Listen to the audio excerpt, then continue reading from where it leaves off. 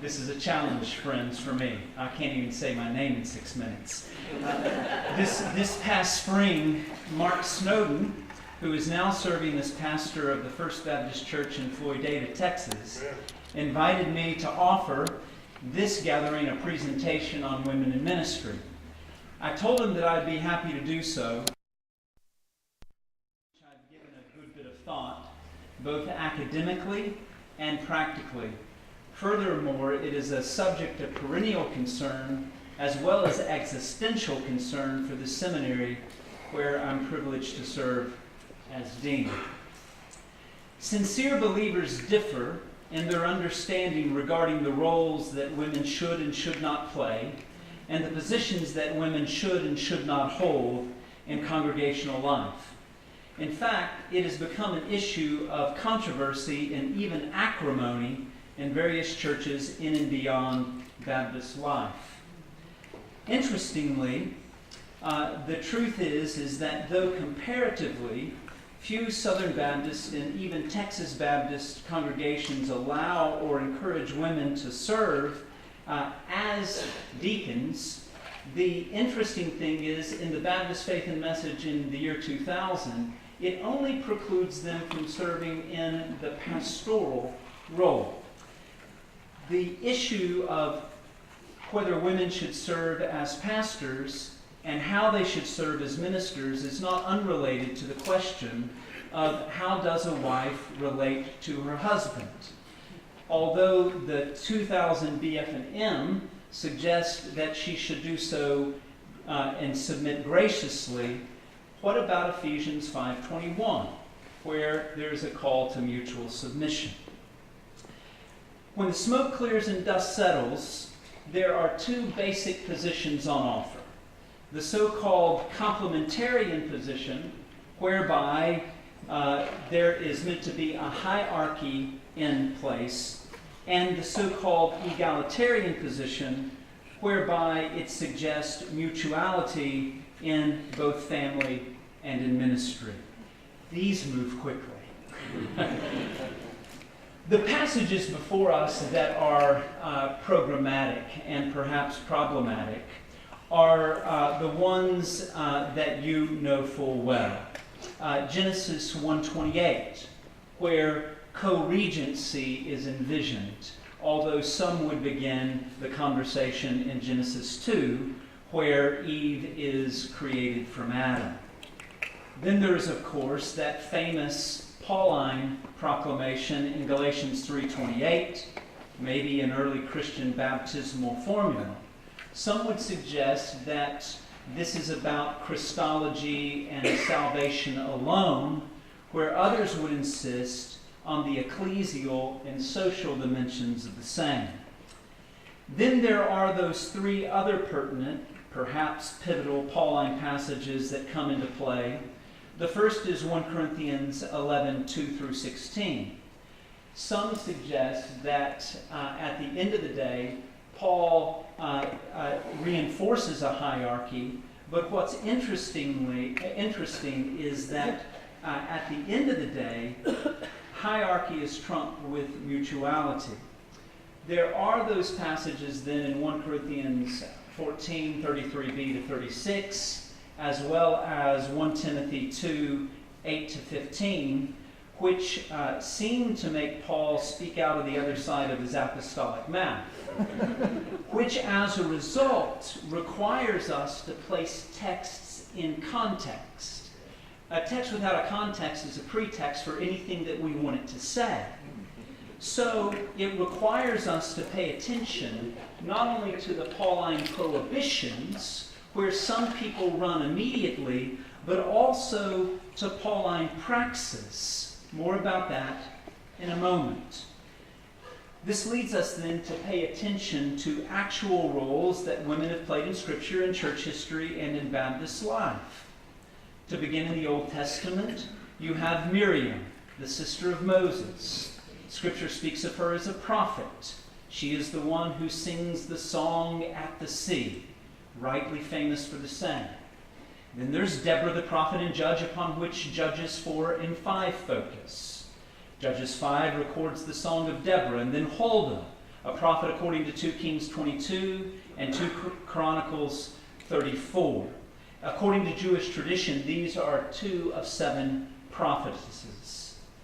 Turning to women in the New Testament, pride of place belongs to Mary, the mother of Jesus. In Luke 1:38, she self-describes as a bondservant of the Lord. Then there is another Mary. I'm ahead, believe it or not. You get caught up after a while. Mary of Magdala, a prominent early Christ follower, as the one who shared with Jesus' apostles that he had been resurrected. She came to be known as the apostle to the apostles, the apostolorum apostola. As it happens, Mary Magdalene, along with Joanna and Susanna, is also mentioned by name in Luke 8. There Luke informs that they materially supported Jesus' earthly ministry. So, along with Susanna and Joanna, Mary Magdalene traveled with Jesus and disciples and saw to it that they were taken care of. Despite those who would concur with George Bernard Shaw in regarding Paul as the eternal enemy of woman, he actually ministered with and alongside women in the midst of his apostolic work. In fact, in Romans 16 alone, he mentions 3 such women by name and by description: Phoebe the deacon, Prisca the co-worker, and Junia the apostle. Although often lost in the midst of history, there have been significant women ministers over the sweep of the church's life, including but not limited to Perpetua, a 3rd century Christian martyr, Julian of Norwich, a Middle Ages mystic, Teresa of Avila, a 16th century mystic, Anne Hutchison, a Puritan advisor in colonial America, and Catherine Booth, co-founder of the Salvation Army. Before us are a number of women who have featured in Baptist life. All familiar: Lottie Moon, Annie Armstrong, and Beth Moore and Anne Graham Lotz. What do they share in common? All Baptist women in ministry. And although far less well known, I might say that there are a number of women graduates from this seminary that now hold strategic positions in congregations and organizations both within and beyond the United States, many of whom serve now as senior pastors. So the question that feels like it just began 1 second ago is this: is it possible for us to work together alongside those with whom we differ on this important matter? My answer is yes, but in order for this to happen, we have to avoid polarization and polemics.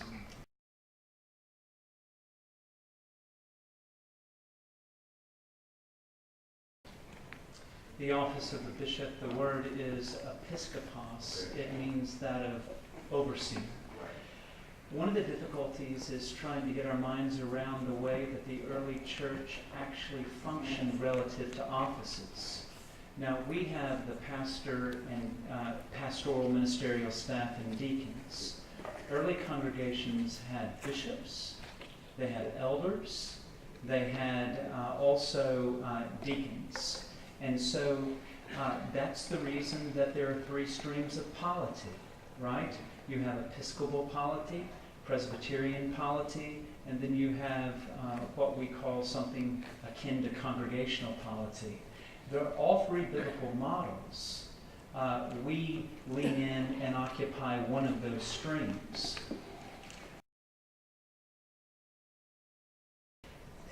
Brooks, I think there is no biblical text without a context. I think that's the first thing that we need to just own and acknowledge. I think what would be helpful is those who are inclined to go initially to the prohibitive texts, could they also look at the descriptive text? At the end of the day, Phoebe is called a diaconess. That's not an invented word, and some say, well, that just applies to her. She's actually a deaconess. Well, then every other time the term diakonos is used in the New Testament, we should render it the same way. So that's just fair. When Prisca is called a sunergos, a co-worker, this means that she and her husband, Prisca and Aquila, interestingly, she gets pride of place in this pairing. It's fascinating. Then they labor alongside. Paul can say of Euodia and Syntyche in Philippians 4. They labor alongside him in the gospel. Then I understand that Junia is referred to as an apostolos, and I'm aware that this could be rendered who is prominent among the apostles, although not as an apostle herself. I'm aware of that, but at least a strong case can be made, a biblical, exegetical case can be made that she herself was among the apostles. And in fact, if we're going to understand apostle as Paul understands apostle, not Luke. Luke understands the apostles having been with Jesus from the beginning. But Paul understands the apostles as one who's been commissioned by the risen Jesus. And in 1 Corinthians 15, he says on one occasion that he appeared to 500. It strains against credulity that there would not have been at least some women among the band of the 500 who encountered the resurrected Jesus. So I think that the only way to do it, honestly, is to get all the text on the table. And then at the end of the day, people are going to put different emphasis on different syllables. And we need to respect one another. But at the end of the day, I take umbrage with people calling me a liberal because I come to an affirmation of women in the church's ministry from a careful reading of the biblical text itself. Not apart from Scripture, but as a result of Scripture. Yeah, have Dr. Bender come in and do it for you. No, I think sometimes you all, it really is helpful to reach out to someone out with the congregation and just to begin this dialogue. I think that many of us grew up in a context where these options weren't on offer. And many of us grew up in a context where we were deeply impacted by women. It might have been a Sunday school teacher, it might have been a youth director, it might have been a choir director. So in practice, we have affirmed what in principle many of us are now affirming, is my sense. But you're right, as a pastor, you have to take the Hippocratic oath every day you live and move and have your being to do no harm. And if you're going to take something away from someone, you've got to give them something back in return. Because if you don't, you have done something that's injurious. So, I happen to believe that the text in 1 Corinthians 14:33b through 36 and 1 Timothy 2:8-15 are not timeless principalizing, but time-bound troubleshooting. I think that Paul, or the author of 1 Timothy, sought to address a particular issue at a particular place at a particular point in time, not seeking to speak to all people at all places at all times. And I think one way that we can find our way into an expanded role for women in the church is to see what they did in the early church. One of the questions, though, that is difficult is, see, we're trying to make 21st century application of first century text. And there's a lot of time and a lot of space and a lot of distance, and that's the hermeneutical nettle that we find ourselves in. Because the exegetical, people who do what I do day in and day out, just laying bare what the text says, is only part of our challenge. How do we bring that over into the 21st century? And, my Catholic friends, your Catholic friends, probably none of whom are here today, have chosen to do that in one way. I've chosen to do it in another. And I think that there should be the capacity for us to respect one another, even where we deeply, deeply disagree.